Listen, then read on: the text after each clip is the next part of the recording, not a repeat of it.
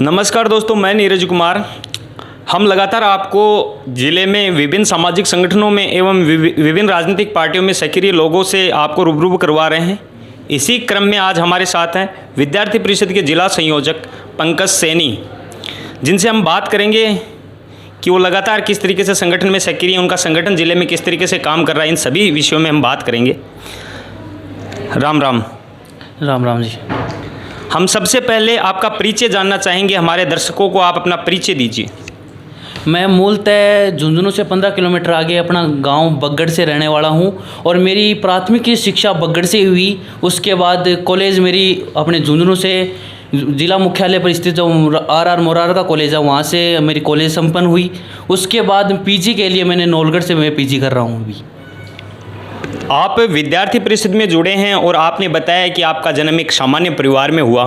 एक सामान्य परिवार में जन्मे विद्यार्थी का अचानक एबीवीपी से जुड़ना कैसे हुआ? देखिए, मैं सदा से ही एक सामान्य परिवार से रहा। एक सामान्य परिवार के साथ साथ एक हमेशा से परिवार में रहा कि राजनीतिक जो दल से कभी मेरे परिवार का भी कभी ऐसा नहीं रहा कि कभी राजनीतिक दल में कोई इंटरवल नहीं रहा। उसके बाद जो राष्ट्र नीति है, राष्ट्र के हित के बारे में है, उसमें सदा से इन्वॉल्व रहा, चाहे अन्य गतिविधियां हो उसमें रहा। उसके बाद जो कॉलेज के अंदर जब मैं कॉलेज में एडमिशन लिया 2019 में, तो उस समय जो संगठन राष्ट्रहित के बारे में सोचता है, राष्ट्रहित के अंदर अपना जो आवाज़ उठाती है, उससे जुड़ना हुआ। जो वो एक ही ऐसा एकमात्र संगठन है जो एबीवीपी है। आप एबीवीपी से लगातार जुड़े रहे। एबीवीपी के वर्तमान में आप जिला संयोजक हैं, लेकिन आप पूर्व में किन किन दायित्वों पर रहे हैं? 2019 में मैं एक कार्यकर्ता के रूप में विद्यार्थी परिषद में शामिल हुआ। 2019 के ही बाद में मेरे को कॉलेज का इकाई अध्यक्ष का दायित्व मिला। उसके बाद ज़िले के अंदर जिला एसएफएस, जिला एसएफडी, जिला समिति, नगर मंत्री, प्रांत कार्यकारिणी सदस्य, उसके बाद यहाँ पर जिला संयोजक। छात्र राजनीति में आप लगातार सक्रिय हैं। विद्यार्थी परिषद के विभिन्न दायित्वों पर आप रहे हैं, लेकिन पिछले दिनों राजस्थान सरकार ने छात्र संघ चुनाव बंद कर दिए हैं। इस पर आपका क्या कहना है? देखिए, छात्र संघ चुनाव की जो बंद की जो घटना अभी राजस्थान सरकार में हुई है, वो एक निंदनीय घटना है, क्योंकि उसके अंदर लोकतंत्र की एक तरह से हत्या कर दी गई है उसके अंदर। लेकिन विद्यार्थी परिषद को ज़्यादा कोई प्रभाव नहीं पड़ा, क्योंकि एबीवीपी चुनाव लड़ने के लिए काम नहीं करती है। एबीवीपी का मुख्य उद्देश्य कॉलेज के अंदर अपना काम करना है और राजनीति से दूर रह के राष्ट्र नीति के लिए अपना काम करना है। तो विद्यार्थी परिषद को इससे कोई ज़्यादा प्रभाव नहीं पड़ता है।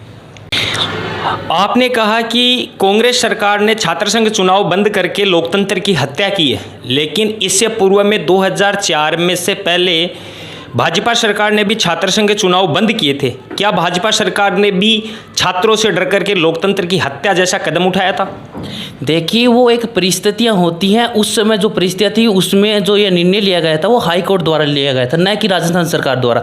इस बार जो निर्णय लिया गया वो राजस्थान सरकार द्वारा लिया गया है, कांग्रेस सरकार द्वारा लिया गया है, जो कि एक छात्रों के विरोध में काम करना जैसा, क्योंकि छात्रों को राजनीति में जुड़ना बहुत ज़रूरी है। छात्र राजनीति से जुड़ना बहुत अनिवार्य है। आप लगातार विद्यार्थी परिषद काम कर रही है, लेकिन प्रदेश में देखें या ज़िले में देखें, विद्यार्थी परिषद लगातार कमज़ोर होता नज़र आ रहा है। इसका आप क्या कारण मानते हैं? देखिए, ऐसा कुछ भी नहीं है कि प्रदेश में एबीवीपी बिल्कुल कमज़ोर नहीं है। एबीवीपी अगर छात्र संघ चुनाव को ही देखा जाए तो पिछले गत वर्षों में लगातार लगभग प्रतिशत देखा जाए तो एबीवीपी जीत हासिल कर रही है। तो ऐसा हम नहीं कह सकते हैं कि एबीवीपी कमज़ोर है। आप लगातार बता रहे हैं कि एबीवीपी कमज़ोर नहीं है, लेकिन पिछले कुछ दिनों में देखा है तो भाजपा एबीवीपी के कार्यकर्ताओं को एक बोझ समझ रही है, बराबर प्रतिनिधित्व नहीं दे रही है। इसके बारे में आप क्या कह रहे हैं? देखिए, सबसे पहले मैं आपको एक बात बता दूं कि बीजेपी और एबीवीपी का कोई संबंध नहीं है। एबीवीपी एक छात्र संगठन है, बीजेपी एक राजनीतिक संगठन है। और लेकिन एबीवीपी राजनीतिक स्तर पर इतना ही जुड़ती है कि वो एक कार्यक्रम के रूप में छात्र संघ चुनाव के लिए तक जुड़ी रहती है, ना कि आगे राजनीति में। एबीवीपी का निर्णय एबीवीपी का रहता है, बीजेपी का निर्णय बीजेपी का रहता है। तो इसके अंदर विद्यार्थी परिषद का कोई इन्वॉल्व नहीं है। आप कह रहे हैं कि बीजेपी और एबीवीपी का कोई लेना देना नहीं है, लेकिन लगातार हम कार्यक्रमों में देखते हैं कि बीजेपी और एबीवीपी साथ साथ नज़र आते हैं, लेकिन एबीवीपी अन्य किसी राजनीतिक दल के साथ नज़र नहीं आता। ऐसा क्यों है? इसका कारण एक मात्र विचारधारा का कारण है, क्योंकि एक विचारधारा जहाँ जहाँ विचारधारा एक होती है हम वहाँ पर एक जगह दिखाई देते हैं। जैसे अन्य कोई अगर कोई पार्टी या संगठन का कोई विचारधारा का मेल हो तो हम उनके साथ भी खड़े हुए मिलेंगे। लेकिन आप जब कांग्रेस की सरकार होती है तो लगातार विभिन्न मुद्दों पर आप विरोध करते हैं, लेकिन भाजपा की सरकार में आप ऐसा नहीं करते। ऐसा क्यों है? देखिए, पार्टीवाद से ऐसा कोई संबंध नहीं है। जहाँ जहाँ राष्ट्र के विरोध में कोई भी निर्णय लिया जाता है, कोई कार्य किया जाता है, उसके खिलाफ में एबीवीपी ज़रूर अपना आंदोलन करती है, विरोध करती है। जैसे कि कुछ ही दिन पहले हम हरियाणा का उदाहरण ले सकते हैं। शिक्षा की नीति में उनका जो गलत फैसला लिया गया, उनके विरोध में एबीवीपी ज़रूर उनके खिलाफ प्रदर्शन किए। वहाँ पर भी बीजेपी की सरकार है। आने वाले विधानसभा चुनाव में विद्यार्थी परिषद की क्या भूमिका रहने वाली है जिले में, राजस्थान में, सारी जगह? देखिए, विद्यार्थी परिषद किसी पार्टी के संबंध के पक्ष में आकर चुनाव में नहीं उतरेगी, लेकिन इसके मध्य विद्यार्थी परिषद अपनी भूमिका ज़रूर निभाएगी। भूमिका इस तरह निभाएगी कि मतदाताओं को सूचित किया जाए कि ज़्यादा से ज़्यादा मतदान हो, ज़्यादा से ज़्यादा मतदाता की सूची जो प्रतिशत हर साल गिर रहा है उसे बढ़ाया जाए। दूसरा ये कि एक ऐसे क्षेत्र के अंदर चुनाव किया जाए, एक ऐसे क्षेत्र को चुना जाए जिसके अंदर जो अपना राष्ट्र के हित में अपना फैसला ले, राष्ट्र के हित में सोचे, न कि राष्ट्र के विरोध में। आप अभी एबीवीपी में सक्रिय हैं, लगातार छात्र राजनीति में सक्रिय हैं, लेकिन लगातार छात्र राजनीति में परिवर्तन आ रहा है, उसको आप किस तरीके से देखते हैं? हाँ, ऐसा हम पिछले चुनावों में भी देख सकते हैं। लगातार जो पहले जैसी राजनीति है, छात्र राजनीति, वो राजनीति नहीं रही। क्योंकि पहले जो राजनीति, छात्र राजनीति थी, वो एक कॉलेज कैंपस तक सीमित रहती थी। कॉलेज कैंपस में जो भी मुद्दे होते हैं वो अगर छात्रों के विरोध में होते हैं तो उनके खिलाफ लड़ा जाता था। लेकिन आज के दिन व्यक्ति विशेष की लड़ाई मानी जाती है, न कि किसी विचारधारा की लड़ाई मानी जाती है। इसका हम पिछले चुनावों में देख सकते हैं, जो हत्याकांड हुए हैं अब सभी को पता है।